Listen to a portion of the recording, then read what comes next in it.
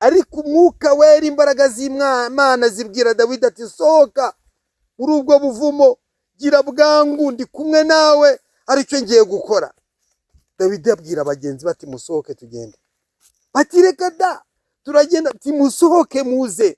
Ati basinzira. Ati ntibishoboka ko abantu ingabo 3,000 byasinzira, kandi kuko ntibishoboka ko abantu 3,000 basinzira. Yo, Sawuli aravuga ati iryo jwi ndaryumvishije, ni irya Dawidi, burya yo wubashye Imana nawe irakubahisha. Sawuli aravuga ati yewe Dawidi mwana wanjye, ati umunsi Uwiteka yakungabije, ati ndushije gukiranuka. Nugenda mu kibuga ukavogera muri ibyo bibi, ugahaga ibibi, ntabwo Imana izakureka, izagutererana, ntabwo uzunguka, ntuzakora. ariko umva icyo Dawidi yahise yunguka.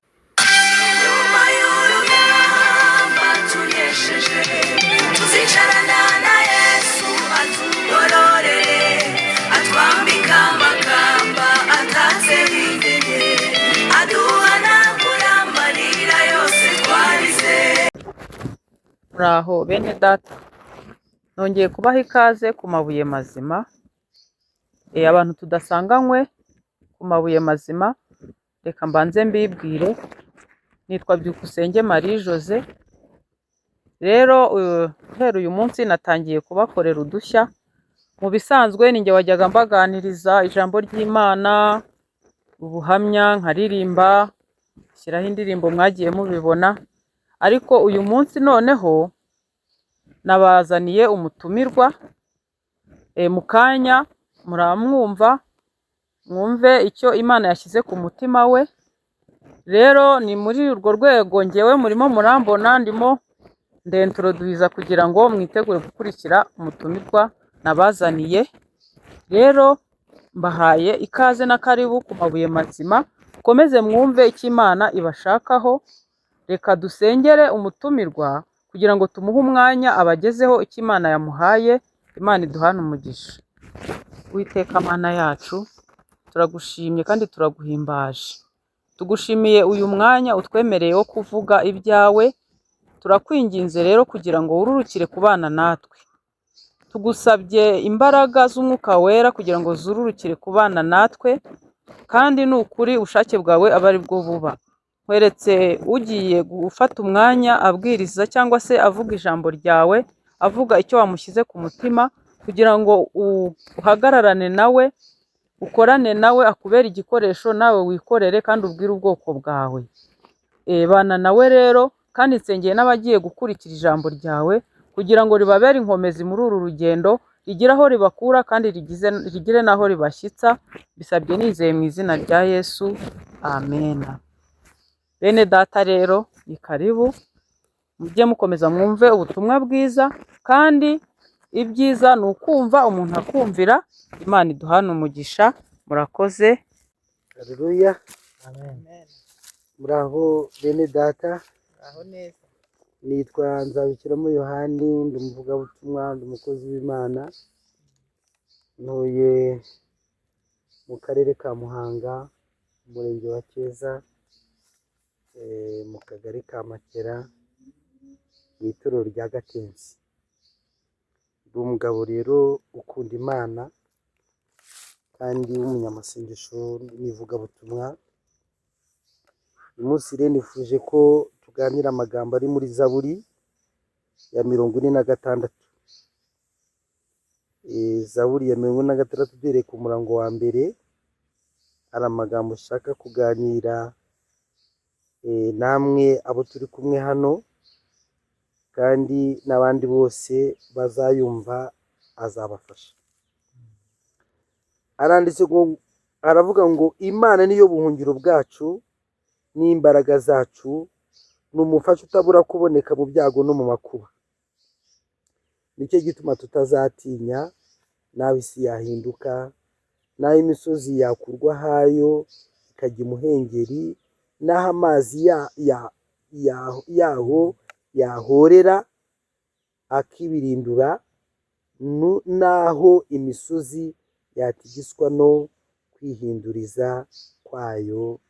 Amen. Uyu mwanditsi wa Zaburi yavuze amagambo avuga yuko Imana ari ubuhungiro bwacu n'imbaraga zacu. Twebwe tumaze kwizera, tumaze kubona Yesu atubereye umufasha, atubereye umutabazi, atubereye umurinzi, atubereye ubuhungiro, hari ibintu byinshi twagiye twunguka. Hari ibyo twasize inyuma, hari n'ibyo twasingiriye. Dawidi rero mu gihe cyose cyo kubaho kwe, Dawidi yari afite ishyaka ryo gushaka Imana no kuyikorera no kuyikunda, kandi nta kintu cyabuzaga Dawidi kudakorera Imana. Dawidi Bibiliya itubwira yuko mu miterere ye yabaga mu ishyamba aragira umukumbi wa se, ariko nubwo yari umushumba, ariko mu mibereho y'ubuzima bwe yakomeje gusenga Imana, yakomeje gukorera Imana, yakomeje kwizera imbaraga z'Imana. Ariko ahangaha Dawidi yandika cyangwa se avuga iyi Zaburi Dawidi yayivuze igihe yahungaga umwami Sawuli, agenda ahungira ku musozi, kandi Sawuli nawe igihe kimwe biritubwira ngo yafashe abagabo 3,000 bajya gushaka Dawidi ku musozi. Bagezeyo Dawidi yari ari ahantu mu buvumo. Agiri muri ubwo buvumo rero abwicayemo n'abagabo 3 bari kumwe nawe, 2 bari kumwe nawe, ariko zangabo 3,000 byaje bishakisha Dawidi, byaje kubona bazi kugandika kuri wa mwobo Dawidi yari arimo, muri bwa buvumo Dawidi yari arimo. Ingabo 3,000 niho umwami Sawuli yicaye, ingabo ziramukikiza, ziramugota imbere n'inyuma, ndetse igihe kigeze umwami ashaka kubikira ibirenge. Iyo ni imvugo y'umwami, ajya kwiherera, ajya muri bwa buvumo, kandi Dawidi yari aburimo. Rero abari bari kumwe na Dawidi baravuze batumva Dawidi, nubwo bibaye gutya, Imana yawe watubwiye ko ari Imana ikomeye, niturinda aha hantu ntago tukyavuye, turapfuye birarangiye. Imana ni imbaraga zacu, Imana irakomeye. Rero umwami yakoze ibyo yarangije gukora, aragenda, arangije ajya kuryama, ariko ubutabazi bwa Dawidi nabo bari bari kumwe bwamanukiye mu ngabo za Sawuli, zibaha ibitotsi, barasinzira ibitotsi byinshi, bamera nk'abapfuye. Dawidi asohoka mu buvumo abwiwe n'Umwuka Wera. Mwuka Wera ni mwiza. Nubwo abantu bagaragazaga ko basinziriye, burya hari ibimenyetso by'abantu basinziriye.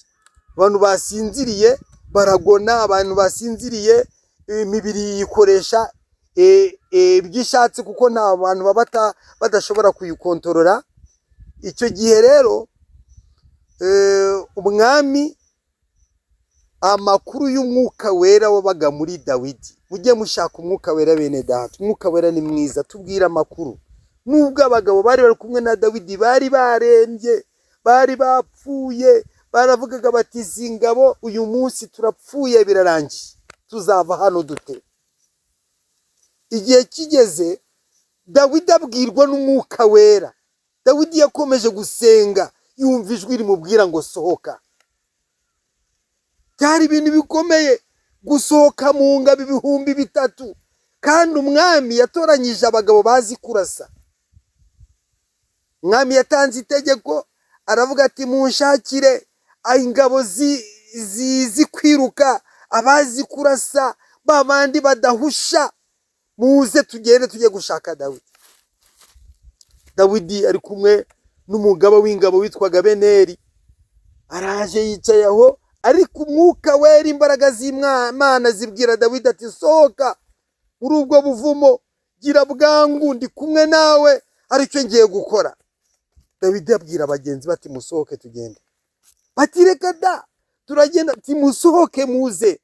Ati basinzira. Ati ntibishoboka ko abantu ingabo 3,000 byasinzira, kandi kuko ntibishoboka ko abantu 3,000 basinzira. Ariko barasinziriye kuko bari bashingirijwe nande? N'Uwiteka. Imana yarabashinjirije kugira ngo yerekanisha imbaraga zayo mu ruhande rw'umugaragu wayo Dawidi. Haleluya. Nuko Dawidi arasohoka yumvira Imana. Burya hari igihe Imana ishobora kugutegeka ikakubwira ati uyu munsi wa none uragoswe imbere n'inyuma, ariko humura, sohoka ndagukiza, ndakurinda, ndakubera inkomezi. Dawidi yizera ijambo ry'Imana. Dawidi arizera ati Imana iravuze ndabyumvishije. Ati n'Imana yarambwiye ngo nirukankane intare ndayambura umwana w'intama yari itwaye, ndabikora, ndagenda ndayikubita ndayica, nyambura umwana w'intama. Dawidi rero si bwari ubwa mbere akoranye cyangwa yumvishije ijwi ry'Imana. Arasohoka, kigera hanze sanga abantu ingabo zose 3,000 zasinziriye. Ahita afata agacuma k'amazi ku musego w'umwami, afata n'icumu rye, arangije akata ku kinyita cy'umwami cy'imyenda ye. Arangije arigendera. Aragenda agera ahantu hitegeye ingabo. Aravuga ati yewe Abineri we, Abineri we. Arahamagara. Abantu bashiguka kuko Imana yarabarekuye ngo bumve. Ni Imana yari yabasinzirije, irangije irabarekura ngo bumve. Atumva Abineri we, ati uyu munsi Uwiteka Imana ishobora byose iguhane kuko utabashije kurinda umwami. Imana iguhane. Ni icyaha gikomeye, mubyumve neza, ni icyaha gikomeye, ni igisebo gikomeye cyari kibaye ku ngabo za Sawuli. Ni igisebo gikomeye ku mugaba w'ingabo za Isiraheli, kuko batabashije kurinda umwami. Kandi noneho bari bakoze ikintu gikomeye, bamwambura umwenda, kugeza ubwo ingabo 3,000, abagabo 3 binjiramo bagaca umwenda w'umwami. Ni igisebo gikomeye, ni igisebo gikomeye. Ubundi izo ngabo zose zagombaga kwicwa zikava. Murabyumva neza? Icyo kintu mucyumve, byari igisebo gikomeye. Ati Uwiteka Imana iguhane.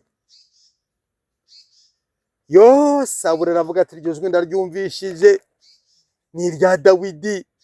Burya yo wubashye Imana nawe irakubahisha. Sawuli aravuga ati yewe Dawidi mwana wanjye, ati umunsi Uwiteka yakungabije, ati ndushije gukiranuka, ati ariko wanga kuramburira ukuboko ku buzima bwanjye. Dawidi aravuga ati ntibishoboka ko naramburira ukuboko kwanjye ku muntu Uwiteka yimikishije amavuta. Dawidi, bene data bakundwa n'Imana, muzaherwa umugisha nuko mwirinze gukora ikibi. Ikibi numukirinda, Imana izakorana namwe. Nugenda mu kibuga ukavogera muri ibyo bibi, ugahaga ibibi, ntabwo Imana izakureka, izagutererana, ntabwo uzunguka, ntuzakora. Ariko umva icyo Dawidi yahise yunguka. Umwami nyiri igihugu yaramuhamagaye ati yewe Dawidi mwana wanjye udushije gukiranuka. Sawuli yahise abwira ingabo ati nimuze dutahe, tuva aha. Imana ishimwe. Gukiranuka kwacu kurangiza intambara.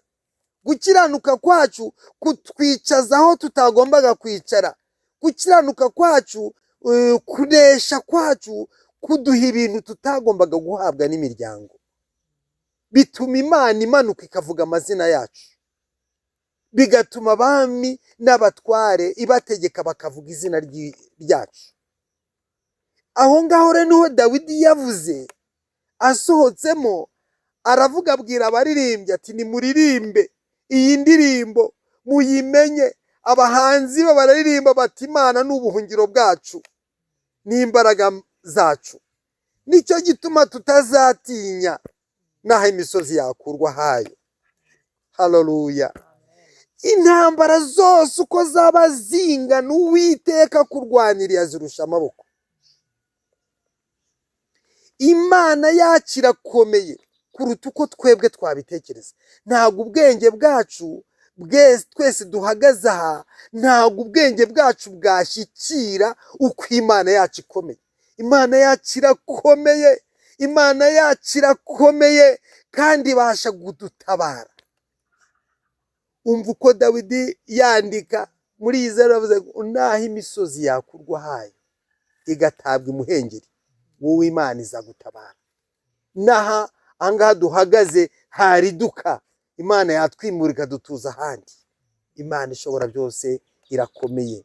Imana ishobora kukurinda mu nyanja, Imana ishobora kukurinda mu mpanuka y'indege, Imana ishobora kukurinda mu mpanuka y'imodoka, Imana ibasha kukurinda abarozi bahagurutse bagahagarara bakaroga bagakoresha ibikomeye. Imana ibasha kukurinda abantu bagabye ibitero runaka, Imana yaguhagararaho kandi rwose Imana ikakwereka imbaraga zayo. Ni umufasha utabura kuboneka mu byago no makuba. Nicyo gituma tudakwiriye gutinya.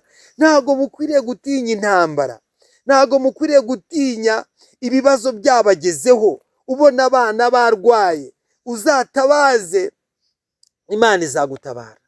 Haleluya. Imana izagutabara. Ntukarekeraho ngo uvuge ngo ndategereje. Oya, rwana intambara usenga utabaza ijuru, kuko dufite amahirwe. Yesu ajya gusubira mu ijuru, yabwiye abigishwa, barababwira ati rero ndagiye, ariko se hari ubwo mwigeze mwitwaza impamba turi kumwe namwe? Bati hoya. Ati rero uyu munsi wa none ufite icyo apfunyika cyitwaze. Ati cyo kora uyu munsi wa none nimusaba muzahabwa. Umva amakuru meza cyangwa kubabwira. Yesu yarabitwemereye, aravuga ngo nimusaba muzahabwa, nimushaka muzabona, nimukomanga muzakingurirwa. Rero uyu munsi wa none ibyo uhagazemo byange, uvuga uti simbishaka, ndashaka gutabaza ijuru. Uwiteka, uyu munsi ubu burwayi ndwaye ntago nshaka kubugumana, ntabara kuko namenye neza kuri Imana ifite imbaraga nyinshi zihagije. Imana n'umutabazi wawe yewe wo muntu urwaye, Imana n'umutabazi wowe ushonje, Imana n'umutabazi wowe ugoswe n'intambara z'uburyo butari bumwe, wowe abadayimoni bajya bararaho, bakarara bakuniga, ukaramuka wakumva bukeye ugasa n'uzutse. Uyu munsi Imana n'umutabazi waje, ni umufasha utabura kuboneka mu byago no makuba. Imana izakubera umwungeri, Imana izakurinda, Imana izagutabara. Mu izina ry'Uwiteka Imana ishobora byose, gira umwete, gira imbaraga, ushaka Imana kandi Imana izakugirira neza. Numvaga nshaka kubagezaho iryo jambo, ndashaka kubabwira ko uyu munsi utaguma munsi y'ububata bwa Satani. Mwigobotore, iruhande rwawe hari ingabo ziteguye kukwakira, kugutabara, kugufasha. Nubwo Dawidi yaragoswe n'ingabo 3,000, ariko Imana yamuvanyemo kandi agaba igitero ku mwami. Nubwo yashakaga kumwica yari kumwica, ariko yaravuze ati ntibishoboka.